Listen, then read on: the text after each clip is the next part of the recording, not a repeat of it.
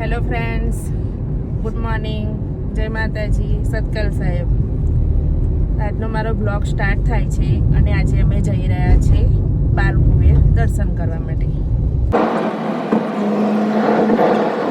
Guys, બાલકુબેર જઈએ છીએ તો અમારી સાથે બીજા અમારા ફઈ, અમારા બા અને મમ્મી એ પણ અમારી જોડે આવે છે.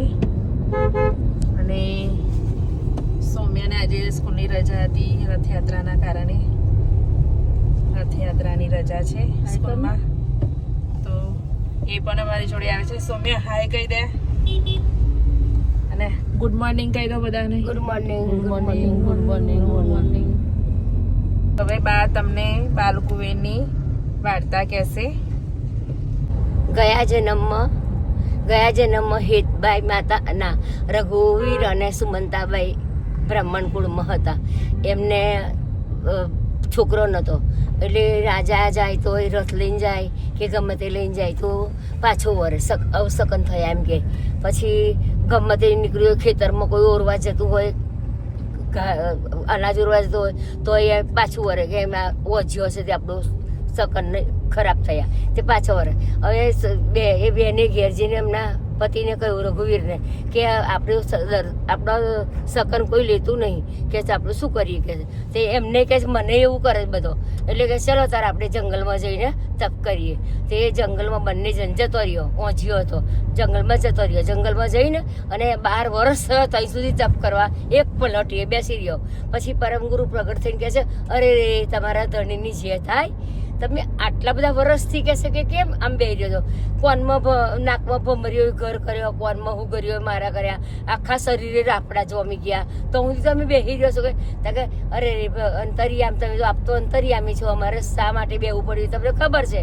પછી તમે કહે છે કે શું કરો અમને પૂછો છો કે છે, તમે તો જાણો છો મારા પાસેર માટીની ખોટ છે, શેર માટીની. તા કે છે તમારા નસીબમાં આ જન્મે બાળક નથી, પણ હું તમને આવતા જન્મે બાળક આપીશ. પછી બીજા જન્મે એવા ક્ષત્રિય કુળમાં બંને જન્મ લે છે.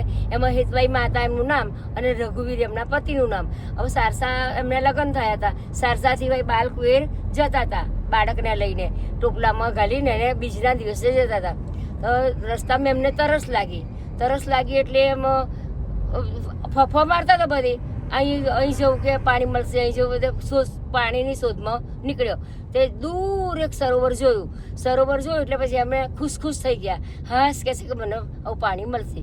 હવે પછી ત્યાં આગળ ટોપલામાં બાળક મૂકીને જતા હતા, એટલે ટોપલું કિનારે મૂક્યું નદી સરોવરના, અને એવા સરોવરમાં અંદર ઉતરીને જેમ ખોબો વારીને પાણી પીવા જાય છે, એવો જ એક નર નામનું ઝાડ, પેલું આ ગયા જન્મે જે આપ્યું કે આ જન્મે તમને નહીં મળું, બીજા જન્મે મળીશ, એટલે એ કોલ પૂરો કરવા માટે એવા ખોબો ભરીને પાણી પીએ છે. એટલે એક નર નામનું જાનવર આવે છે અને માતાના બાળકને લઈને નાહી જાય છે. હવે માતા તો પાણી પીને પાછા વર્યા તો ટોપલામાં બાળક ના મળે. માતા તો રડ કકડાટ કરે છે, કેટલું રડે છે, જંગલમાં વાર તોડે છે અને શોધ કરે છે બાળકની. ખરે કે મારું બાળક કોણ લઈ ગયું, કઈ ગયું હશે, હું મારા સાસરીમાં જઈને શું જવાબ આલીશ? પીરમાં ગલી તે બાળક મૂકીને આવી, એવું બધું મને કે ખબરું પડશે કે છે. તો તમે કહેશે કે મને બાળક નહીં મળતું તો હું શું કરું કે છે. તે દૂર એક ઝાડની નીચે પરમગુરુ બાળ સ્વરૂપે બેઠા હતા.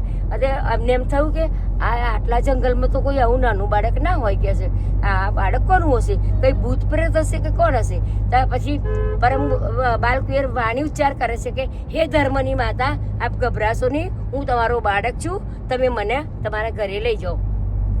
પછી માતાજી પગે લાગે છે અને પછી કહે છે કે જો તમે મને ખોડામાં લેજો, બધું કરજો, પણ હું મારી જાતે મોટો થઈશ. એ તો પછી બાલકુબેરને લઈ ગયા. તો બાલકુબેરે એમને કોલે બોલ્યો કે આપણે આ જંગમાં જે બીના બની એ ઘરે જઈને કોઈને કહેશો નહીં. પછી ઘરે ગયા એટલે બાલકુબેર તો દિવસે મોટા થયા, 7 વર્ષના થયા અને એમને સ્કૂલે નાના હતા મૂકી દીધા. તો સ્કૂલમાં બધા સાહેબોને બધાની જોડે સંવાદ કરીને બધાને હરાવી દે. તો આ બાળક તો કોઈ અલગ જ લાગે છે કે છે, આ બાળક કોણ હશે કે છે. પછી એ તો 7 વર્ષના થાય એટલે બીજો છોકરો થયો, પેલા બ્રાહ્મણ હેતબાઈ માતાને બીજો છોકરો થયો. પછી એમને જનોઈ પહેરાવાની થઈ.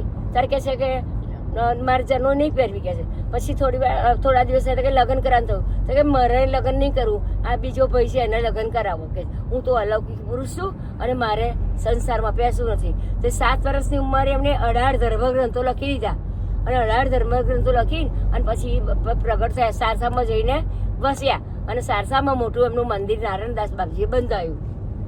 તો ફ્રેન્ડ્સ, અમારા ઇન્દુબાએ પરમ ગુરુની આખી વાર્તા કહી દીધી, તે આપ સૌએ સાંભળી હશે. પરમ ગુરુ પ્રગટ થયા હતા કારણ કે કૈવલ કરતા આ જે સૃષ્ટિ રચનાર છે એ સૃષ્ટિ રચનાર કૈવલ કરતા એ પરમ ગુરુ અને પરમ ગુરુ એ કૈવલ કરતા બે એકમેક છે. એટલે આ બાલકુબેર ગર્ભયોનીમાં નથી આવ્યા પણ પ્રગટ થયેલા છે. તો ફાઇનલી ગાઈસ આપણે બાલકુબેર આવી ગયા છે. આ અંદર જવાનો રસ્તો છે જે સીધો જ મંદિર તરફ જાય છે. આ આપણે બાલકુબેર આવી ગયા છે. હવે ફટાફટ દર્શન માટે આપણે ઉપર જઈશું.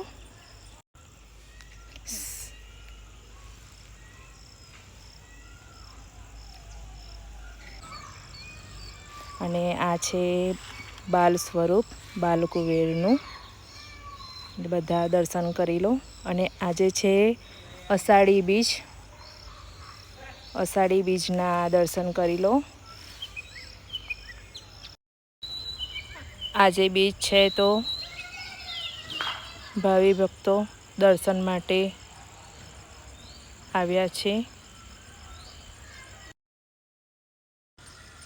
દર્શન કર્યા પછી ભક્તો મંદિરની ગોળ પ્રક્રમા ફરી રહ્યા છે.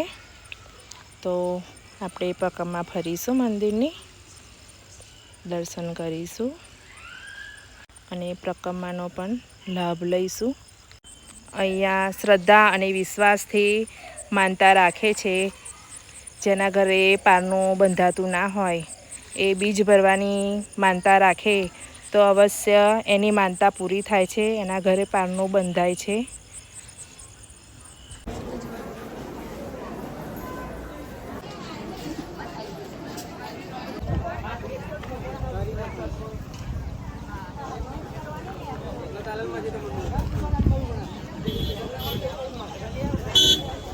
તો બા, તમે અહીંયા તિલક કર્યું છે ને કપાળામાં, એનું મહત્વ શું છે? એનું મહત્વ તો બહુ છે. જો ઝાડને અણી છે, પાંદડાને અણી, બધા આપણા અંગોને, નાકને અણી છે, કાનને અણી છે, હોઠને અણી છે, આંખોને અણી છે, આંગળીઓ અણીવાળી છે, પગો બધું જ અણીવાળું છે. અણીવાળી વસ્તુથી બધું વિધિને સીધું કૈવલ કરતા ધામમાં જવાય. તિલક કરવાથી આપણું તિલક એ અંશનો આભૂષણ છે અને તિલક ને કંઠી બંને અંશનું આભૂષણ છે. જ્યારે આપણું આભૂષણ કપડાં છે, દાગીના છે, જ્યારે અંશનું આભૂષણ તિલક અને કંઠી છે. તિલક કરવાથી આપણા 84 લાખ પ્રકારના ઘાટોમાં ફરવાનું મટી જાય અને 84 લાખ પ્રકારના ઘાટોમાંથી મુક્ત થઈને કૈવલ કરતાના ધામમાં જવાય. તિલકનું બહુ મહત્વ છે. કોઈ પણ વસ્તુ જુઓ, 84 લાખ પ્રકારના ઘાટો છે એ 84 લાખ પ્રકારના ઘાટો અણિયાળા જ હશે, બધા અણીવાળા હશે. એટલે તિલકનું મહત્વ આ છે. આપણે બાજોડેથી સાંભળી લીધું તિલકનું મહત્વ.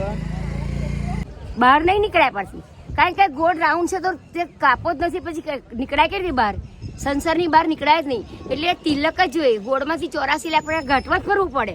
ગોળ તિલક, ગોળ ચાંદલો કરવાથી. એટલે ગોળ ચાંદલો નહીં કરવાનો પણ તિલક કરવાનું. તો ફાઇનલી ગાઈસ, અમે ઘરે જઈ રહ્યા છે.